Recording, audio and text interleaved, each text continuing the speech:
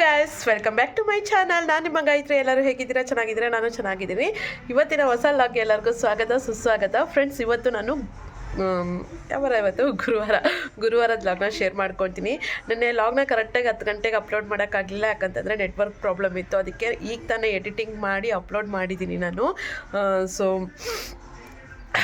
ಈಗ ಮತ್ತೆ log start ಮಾಡೋಣ ಅಂತ ಇವತ್ತು 2 ಗಂಟೆಗೆ ನಾನು ಲಾಗ್ನ ಸ್ಟಾರ್ಟ್ ಮಾಡಿದ್ದೀನಿ. ಇವತ್ತು ತುಂಬ ಲೇಟ್ ಆಯಿತು.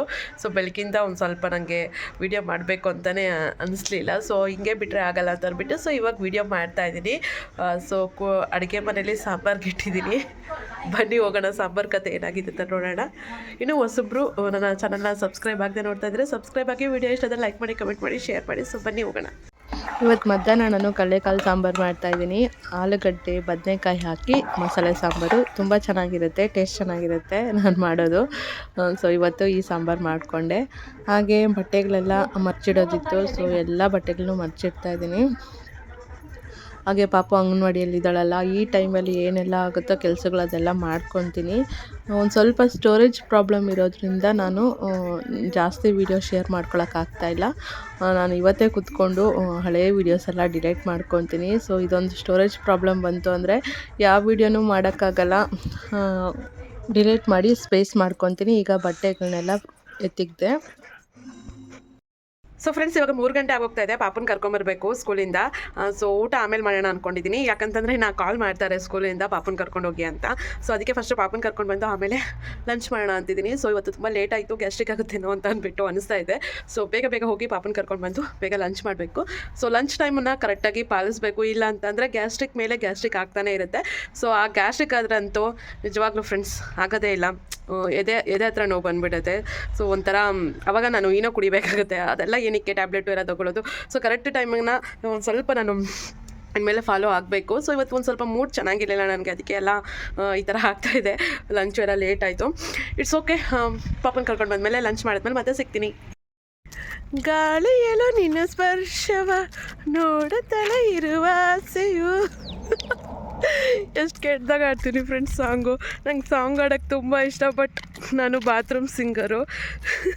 ನಾನು ಆಡೋದು ಯಾರಾದರೂ ಕೇಳಿಸ್ಕೊಂಬಿಟ್ರೆ ಆನ್ ದಿ ಸ್ಪಾಟ್ ಸೂಸೈಡ್ ಮಾಡ್ಕೊಂಡು ಸತ್ತೋಗ್ಬಿಡ್ತಾರೆ. ಅದಕ್ಕೆ ಸಾಂಗ್ ಆಡೋಲ್ಲ. ಬೇಕಾದರೆ ಡ್ಯಾನ್ಸ್ ಆದರೂ ಆಡ್ಬಿಡ್ತೀನಿ ಹೊರ್ತು ಸಾಂಗ್ ಮಾತ್ರ ಬೇಡಪ್ಪ. ನನ್ನ ವಾಯ್ಸು ಅಷ್ಟು ಚೆನ್ನಾಗಿಲ್ಲ. ಸೊ ಇವಾಗ ಕೇಳಿದ್ರಲ್ಲ, ಒಂದೇ ಒಂದು ಲೈನ್ ಆಡಿದ್ದೀನಿ. ಸೊ ಹೇಗೆ ಅನ್ನಿಸ್ತು ಅಂತ ಕಮೆಂಟ್ ಮಾಡಿ. ಅಂಗನವಾಡಿಯಿಂದ ಪಾಪನ ಕರ್ಕೊಂಬರ್ತಾಯಿದ್ದೀನಿ. ಪಾಪು ಮಲಗಿಬಿಟ್ಟಿದ್ದಾಳೆ.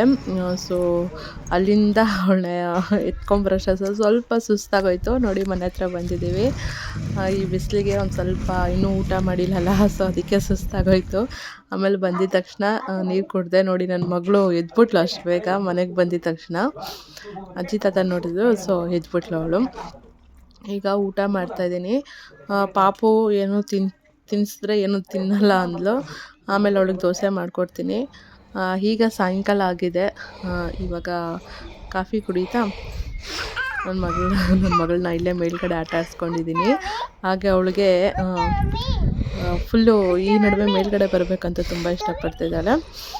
ಸೊ ನೋಡಿ, ಸೂರ್ಯ ಕೂಡ ಮುಳುಗ್ತಾ ಇದ್ದಾನೆ. ತುಂಬ ಲೇಟ್ ಆಯಿತು ಮೇಲ್ಗಡೆ ಬರೋಷ್ಟೊತ್ತಲ್ಲಿ.